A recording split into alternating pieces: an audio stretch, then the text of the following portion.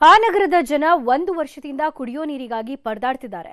ಹೋರಾಟಗಳ ಮೇಲೆ ಹೋರಾಟ ಮಾಡಿದ್ರೂ ಇನ್ನೂ ಮಾತ್ರ ಪರಿಹಾರ ಸಿಕ್ಕಿಲ್ಲ. ಸ್ಥಳೀಯ ಆಡಳಿತ ಜನಪ್ರತಿನಿಧಿಗಳಂತೂ ಇಲ್ಲಿನ ಜನರ ಪಾಲಿಗೆ ನಿರ್ಜೀವಿಗಳಾಗ್ಬಿಟ್ಟಿದ್ದಾರೆ. ಇದರಿಂದ ಅಲ್ಲಿನ ಜನ ಈಗ ರೊಚ್ಚಿಗೆದ್ದಿದ್ದಾರೆ.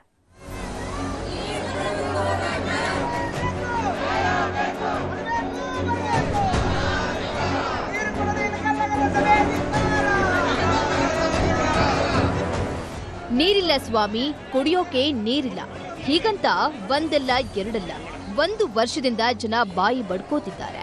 ಕಚೇರಿ ಅಧಿಕಾರಿಗಳು ಅಂತ ನಿತ್ಯ ಅಲಿದಾಡ್ತಿದ್ದಾರೆ. ಸಮಸ್ಯೆಗೊಂದು ಪರಿಹಾರ ಕೊಡಿ ಅಂದ್ರೂ ಇಲ್ಲಿವರೆಗೂ ಯಾವ ಪರಿಹಾರನೂ ಸಿಕ್ಕಿಲ್ಲ. ಜನರ ಗೋಳಾಟ ಕೇಳೋರಂತೂ ಇಲ್ವೇ ಇಲ್ಲ.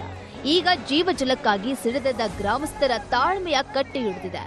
ಹೀಗಾಗಿ ನಗರಸಭೆಗೆ ಬೀಗ ಜಡಿದು ಹಿಡಿಶಾಪ ಹಾಕಿದ್ದಾರೆ. 1 ವರ್ಷದಿಂದ ಕುಡಿಯೋ ನೀರಿಗಾಗಿ ಹಾಹಾಕಾರ. ಜೀವಜಲದ ಸಂಕಷ್ಟ, ನಗರಸಭೆಗೆ ಮುತ್ತಿಗೆ. ಬಾಗಲಕೋಟೆ ಜಿಲ್ಲೆಯ ಇಳಕಲ್ ನಗರದಲ್ಲಿ ಕುಡಿಯೋ ನೀರಿಗಾಗಿ ಹಾಹಾಕಾರ ಶುರುವಾಗಿದೆ.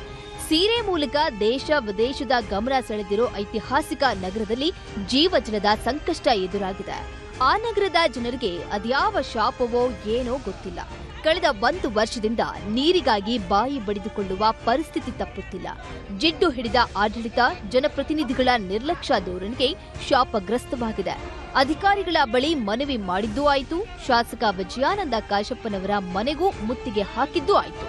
ಇದರಿಂದ ರೊಚ್ಚಿಗೆದ್ದ ಜನರು ನಗರಸಭೆ ಕಚೇರಿಗೆ ಮುತ್ತಿಗೆ ಹಾಕಿ ಬೀಗ ಜಡಿದು ಪ್ರತಿಭಟನೆ ಮಾಡಿದ್ದಾರೆ. ಇಷ್ಟು ದಿನಗಳಾದರೂ 20 ದಿನಗಳಾದರೂ ಕುಡಿಯಕ್ಕೆ ನೀರು ಬಿಟ್ಟಿಲ್ಲ ಅಂದ್ರೆ ಮನುಷ್ಯ ಬದುಕೋದೆ ಹಂಗ? ಮೂಲಭೂತ ಸೌಕರ್ಯಗಳು ಅಂತ ಹೇಳ್ತದ ಸರ್ಕಾರ. ಮನುಷ್ಯನಿಗೆ ಕುಡಿಯಕ್ಕೆ ನೀರು, ಅಡ್ಡಾಡಕ್ಕೆ ರೋಡ್ ಇವೆಲ್ಲ ಅಂತ ಹೇಳ್ತದ. ಎಲ್ಲಿ ಕೊಟ್ಟಿರಿ ನೀವು ನಮ್ಮ ಕುಡಿಯಕ್ಕೆ ನೀರು? ಮನುಷ್ಯ ಬಟ್ಟೆ ಇಲ್ಲದೆ ಇದ್ರೆ ಬದುಕ್ತಾನ, ಆಹಾರ ಇಲ್ಲದೆ ಇದ್ರೆ ಬದುಕ್ತಾನ. ಸತತ 20 ದಿನಗಳಾದರೂ ಕುಡಿಯಕ್ಕೆ ನೀರು ಇಲ್ಲದೆ ಇದ್ರೆ ಮನುಷ್ಯ ಹೆಂಗೆ ಬದುಕಬೇಕು?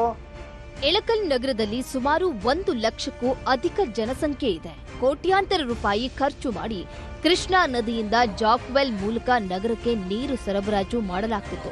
ಕಳೆದ 2 ವರ್ಷಗಳಿಂದ ಜಾಕ್ವೆಲ್ ಮೋಟಾರ್ ನಿರ್ವಹಣೆ, ಪೈಪ್ಲೈನ್ ನಿರ್ವಹಣೆ ಇಲ್ಲದೆ ನೀರು ಬರ್ತಿಲ್ಲ. ವಾರಕ್ಕೆ ಒಮ್ಮೆ 2 ಬಾರಿ ಮಾತ್ರ ನೀರು ಬಿಡ್ತಾರೆ, ಅದು ಮಧ್ಯರಾತ್ರಿ 1-2 ಗಂಟೆಗೆ.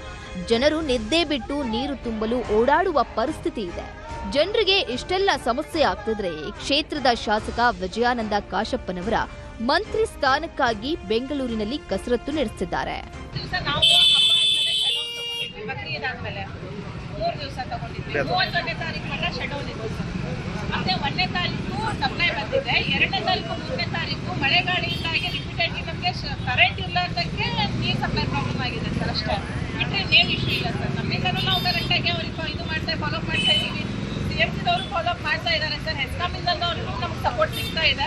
ಬಟ್ ಏನಾಗುತ್ತೆ ಸರ್, ಲೈನ್ ಫಾಲ್ಟ್ ಆದಾಗ ನಾನೇನು ಮಾಡೋಕೆ ಬರಲ್ಲ ಸರ್. ಕರೆಂಟ್ ಇತ್ತು ಅಂತಂದ್ರೆ ನಾನು ಇದು ಮಾಡ್ಬೋದು. ಒಟ್ನಲ್ಲಿ ಜನರ ಜೀವನಕ್ಕೆ ಬೇಕಾದ ಜೀವಜಲ ಸಿಗುತ್ತಿಲ್ಲ. ಸಾರ್ವಜನಿಕರು ಬಂಡೇಳುವ ಮೊದಲು ಸಂಬಂಧಪಟ್ಟ ಅಧಿಕಾರಿಗಳು ಸಮಸ್ಯೆ ಬಗೆಹರಿಸಬೇಕಿದೆ. ಮಂಜುನಾಥ್ ತಳವಾರ, ನ್ಯೂಸ್ 18, ಬಾಗಲಕೋಟೆ.